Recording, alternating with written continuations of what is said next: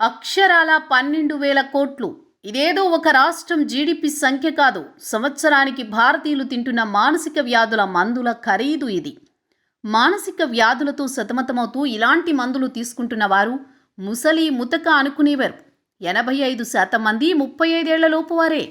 ఈ మందుల ఉత్పత్తి, వినియోగం గత 2 ఏళ్లుగా ఇబ్బడి ముబ్బడిగా పెరిగిపోతోంది. గత కొన్ని నెలల్లో 80% పెరిగింది. దీంతో ఫార్మాసురులు పండుగ చేసుకుంటున్నారు. తప్పేముందండి? వ్యాధి, అందున మానసిక వ్యాధి ఉన్నప్పుడు సిగ్గుపడకుండా మానసిక వైద్యుడి దగ్గరకు వెళ్ళి మందులు తీసుకోవడం మంచిదే కదా అని ఎవరైనా అడగొచ్చు. నిజమే. కానీ అడుసు తొక్కనేలా, కాలు కడుగనేలా నేడు మహమ్మారిలా విస్తరిస్తున్న మానసిక సమస్యలు రెండున్నాయి. మొదటిది డిప్రెషన్ అంటే కుంగుబాటు. రెండవది యాంగ్జైటీ అంటే వ్యాకులత. ఇవి రావడానికి గల కారణాలేంటో ఇప్పుడు చూద్దాం. ఒంటరితనం అంటే అమ్మా నాన్న చనిపోయారనుకోకండి.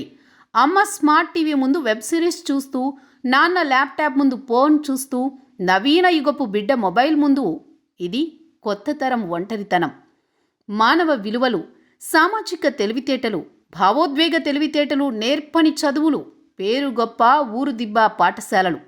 ఈ కొత్త తరం అనాథ బిడ్డలు తమ మానసిక వ్యాధులను నయం చేసుకోవడం కోసం ప్రధానంగా వాడుతున్న మందులు యాంటీ డిప్రెసెంట్ అంటే మానసిక కుంగుబాటును నయం చేసే మందులు. మూడ్ ఎలివేటర్లు అంటే ఉల్లాసం, ఉత్సాహం తెచ్చుకునేందుకు వాడే మందులు. ఈ మందుల వాడకం సమస్యకు అంతం కాదు, ఆరంభం. ఎందుకంటే సమస్య వచ్చింది, దానికి మందులున్నాయి, తీసుకుంటే తప్పేంటి, మధ్యలో ఈ సోదేంటి అని ఎవరైనా అనుకోవచ్చు.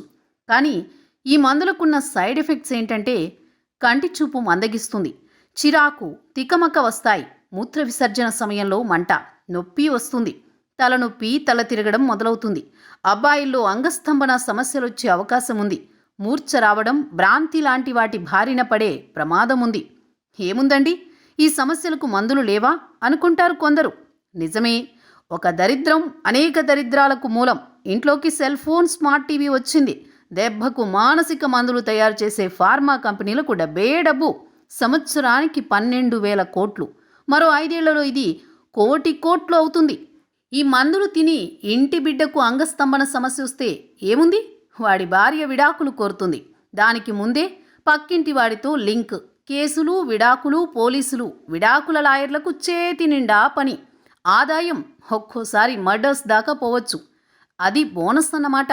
ఇంగిత జ్ఞానం కోల్పోయిన నవతరం తల్లిదండ్రులకు ఈ పోస్ట్ అంకితం. బురద తొక్కడం కొనసాగించండి. ఏముందండి, ప్రతి మందుకు సైడ్ ఎఫెక్ట్స్ ఉంటాయి, అందరికీ అన్నీ అయిపోతాయా అని మిమ్మల్ని మీరు సమాధానపరచుకోండి. ప్రస్తుతానికి ఆత్మవంచన చేసుకోండి.